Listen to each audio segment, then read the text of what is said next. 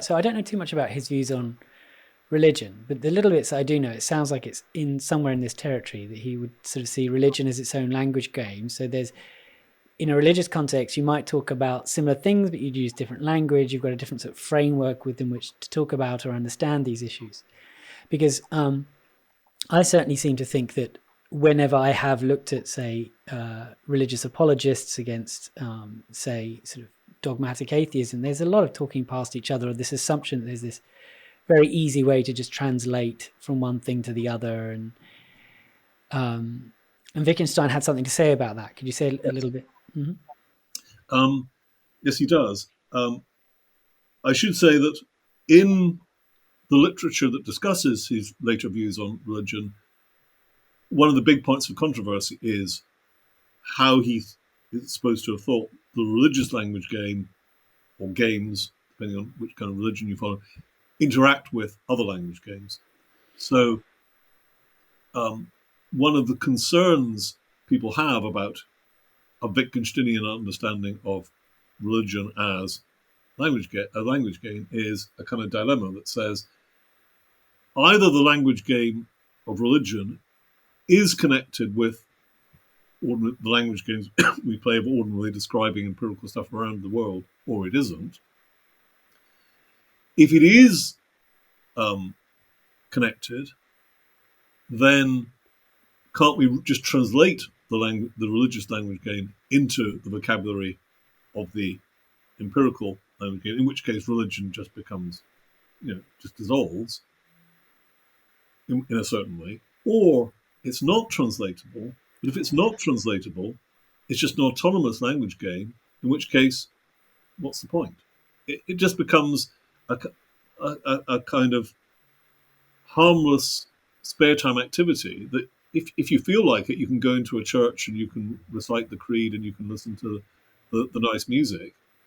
But the words of the creed are part of a language game that has absolutely nothing to do with anything else in your world. So when you leave the church, nothing that you said in the church makes any kind of sense outside that context. In which case you've sealed religion in a kind of hermetically sealed box, so it has no connection with the rest of the world. And so there is that tension. And then again, as with many things in Wittgenstein, it's not at all clear exactly how he thinks we're supposed to resolve that tension. So there's a genuine problem there. But could it be so interesting then with that? So does he think of sort of, say, ethical language as its own language game? Because presumably, if you start to talk in terms of ethics, that doesn't necessarily translate, or does he think it does translate into empirical language? Because it seems as though what you're talking about when you discuss values or ethics is something a little bit different to when you're talking just about, the color of books or whatever you might think of as an empirical observation. Well, in the lecture on ethics from 1929, he makes a distinction between absolute and relative value. And his idea there is that when he said in the Tractatus that value was inexpressible, value being one of these things that in the sixes of the Tractatus he has to, is a putative synthetic a priori, and that he has to show is actually nonsense. He clarifies in 1929 to say that what he meant there was that it's absolute value that is inexpressible. So what he's doing most clearly in the lecture on ethics is effectively pushing the Humean fact-value distinction to its logical conclusion and saying that there's fact and there's value, they're just different things. Value is unsayable. Whenever I say something that looks as if it's an expression of absolute value, but which isn't unsayable, which is perfectly sayable, the explanation will always be actually what I said was really just relative value. So the idea is that if you say killing babies is wrong, there are two ways of understanding that. On the relative interpretation, it just means something within the ordinary circle of empirical stuff about the world, such as, well, if you do, you'll probably get locked up, right? Mm-hmm. So you could have a perfectly consequentialist understanding of relative value, and there's nothing Wittgenstein says that would object to that. But if all you meant was, well, if you kill a baby, you're likely to get locked up, people will say, well, that's not what you really mean by killing babies is wrong, right? You mean it's really wrong. And what Wittgenstein holds in the lecture on ethics is that what you mean by saying it's really wrong is just something inexpressible. It's that it's just part of your worldview that you look at the world through that lens. So a way of putting it would be that according to Wittgenstein in the Tractatus, and then still in 1929, if you ask the question, should you help the old lady across the road, let's say, there are two things you might mean by the should there. The relative thing is just, well, it might give you a bit of gratification, might make you feel a little bit better. That's an empirical consequence. But that's not about ethics in any deep sense. That's just what makes you happier in an empirical sense. But the absolute question, should you help the old lady across the road? The answer to that is, it doesn't matter whether you help the old lady across the road in an absolute sense. All that matters is that whatever you do, whether you help her across the road or not, you do it in the right spirit. So the idea is that the absolute view is just a way of thinking about the world. It's as it were that, I mean, the way the metaphor in the Tractatus, of course, is he talks about the world waxing and waning as a whole. And the idea seems to be that, well, the world of the happy, he talks about the fortunate or happy person. The world of the happy waxes and wanes as a whole. It means that the world of the happy is just kind of a brighter world. It's just more vivid, it glows more brightly, as it were. It's not that the facts are different for the happy person, it's just that they seem better. So it's just a way of looking at the world as a whole that makes it seem a better place. Mm. And this is something that carries on into his later remarks about religion. It's that throughout, he wants to reject any conception of religion that thinks of it as God intervening in the world.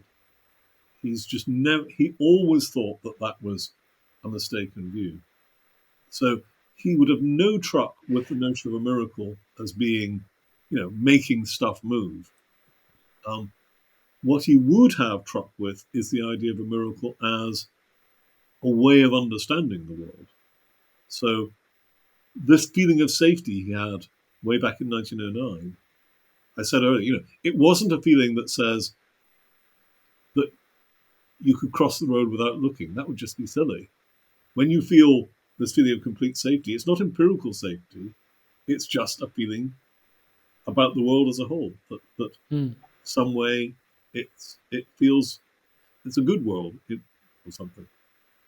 So throughout, he rejects the God intervening model, but he's always, throughout his career, interested in the idea of God as a way of trying to express what's ultimately inexpressible, namely the value you see in the world as a whole.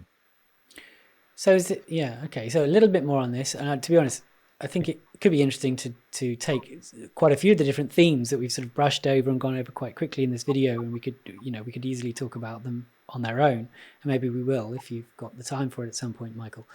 But okay, so just to sort of wrap this bit up, is he suggesting that his view of religion is sort of religion at its best, or kind of a religion when it works, or the role that it might have is in this sort of bigger way of maybe trying to put into words that which is ultimately unsayable, but we give it some kind of form? Or is he saying, no, that is what religion actually does, or that is what, whether or not people who engage in religion think that's what they're talking about. And I'll tell you a bit of the reason why I'm interested in this, and it's a bit related to stuff on the channel, is that it seemed to me that in the 19th century anyway, the dominant views of religion that I think have carried over had, maybe to try and be relevant, had adopted a view that it was quite scientific in terms of its meaning, that when claims are made in the religious language, that they could be verified or understood in the same way as, say, a scientific claim. And it was that kind of religion that got very much shaken in the 19th century. But what you're saying here is Wittgenstein seems to be suggesting that maybe even some of the adherents of religion had misunderstood what it was they were engaged in and what it was they were doing. So yeah, as he sort of... That's right. He talked about the God intervening stuff he called superstition. And there are some remarks he made about, I think, a radio talk he'd heard by someone called Father O'Hara, who had talked about religion as this thing, which Wittgenstein labelled as superstition. And I'm pretty sure he meant the word superstition there to have a pejorative connotation. So I think his position is slightly sort of halfway between the two positions. So I don't think he's saying no one in the history of the world has ever had an understanding of religion that I, Wittgenstein, would characterize as superstition. That would be crazy. He recognizes that there are people who have that view, but he does think that there's more room for the alternative view than many have thought. And the place where he says that is in his remarks on the Golden Bough. So this is this big work of anthropology, which is kind of classic of study of religions in people's past. So Fraser's Golden Bough describes lots of religious practices from all over the world and discusses them. Wittgenstein was fascinated by it and made various notes about it. In particular, there's a passage where Fraser talks about a people in the Nile Delta who worshipped a rain god called Matakodu. And Wittgenstein is very struck by the description offered of this practice, because it's presented as being that these people think the rain god makes it rain. But Fraser himself acknowledges that... Sorry, what acknowledges, sorry? Fraser, the writer of this book, acknowledges that they don't pray to the rain god during the dry season. They only pray to the rain god to make it rain at the point in the year when it's due to rain anyway. But plainly, their lives would go better if it rained earlier in the year, because they have an agrarian economy which depends on rain. So Wittgenstein picks up on that and says, therefore, it's just too crude to say they think the rain god makes it rain. Because if they did, they'd pray earlier. So what Wittgenstein is suggesting is that in the case of religion, our ascription of belief has to be much subtler. The normal account of belief is something like, Kripke's famous disquotational principle that, if I sincerely assent to P, then I believe that P. Well, in the case of religion, you just can't do it that straightforwardly, according to Wittgenstein. So to find out what someone's religious beliefs are, you can't just ask them. I mean, to give you an example, there are people who say they believe in the literal truth of the creed. And that they'll say, I've heard people say, I believe literally in the truth of the creed. And you say, really? Yes. But hang on. One of the bits of the creed is he descended into hell. Literally, to descend means to move downwards. Now, no one believes that hell is down there. They don't think that he descended into hell means that. So these people don't believe in the literal truth of that bit of the creed. Yeah. What they do believe, well, that's complicated, But the point is, you can't just read it off straightforwardly from what they say. Because you can't straightforwardly read off from what the people of the Nile Delta say that they believe that Matakodi makes it rain. If you asked them, they probably would have said, yes, I believe Matakodi makes it rain. But what they meant by that is more complicated. No, it's related to the language game in which it exists in their way of life, etc., and everything. So you have to take the sort of more holistic view, really. And so what that does to me then is it rather than just sort of separating out the way the world is here, the meaning of words here, and then true and falsity conditions for the relationship between the two, as we might do in say formal semantics. Wittgenstein is wanting to sort of see them all as interrelated and also connected with things that we do and not just things that we say and think and believe. Yes.